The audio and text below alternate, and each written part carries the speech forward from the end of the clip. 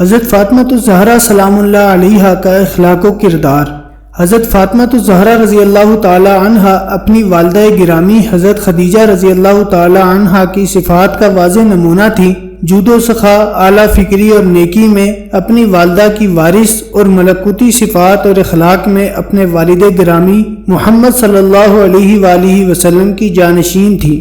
وہ اپنے شوہر حضرت علی رضی اللہ تعالی عنہ کے لیے ایک دلسوز، مہربان اور فداکار زوجہ تھی۔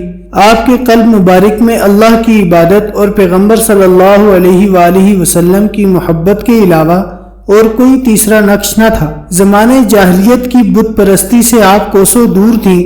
آپ نے شادی سے پہلے کے 9 سال کی زندگی کے 5 سال اپنی والدہ کے ساتھ اور 4 سال اپنے بابا کے زیر سایہ بسر کیے، اور شادی کے بعد کے دوسرے 9 سال اپنے شوہر حضرت علی رضی اللہ تعالی عنہ کے شانہ بشانہ اسلامی تعلیمات کی نشر و اشاعت، اجتماعی خدمات اور خانہ داری میں گزارے۔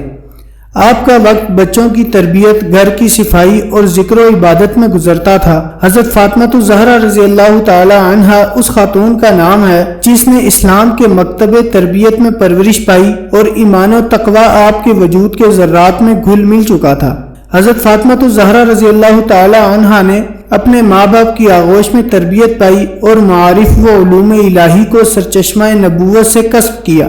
انہوں نے جو کچھ بھی ازدواجی زندگی سے پہلے سیکھا تھا اسے شادی کے بعد اپنے شوہر کے گھر میں عملی جامہ پہنایا۔ وہ ایک ایسی سمجھدار خاتون کی طرح تھی جس نے زندگی کے تمام مراحل طے کر لیے ہوں، اپنے گھر کے امور اور تربیت اولاد سے متعلق مسائل پر توجہ دیتی تھی، اور جو کچھ گھر سے باہر ہوتا تھا اس سے بھی باخبر رہتی تھی، اور اپنے شوہر کے حق کا دفاع کرتی تھی۔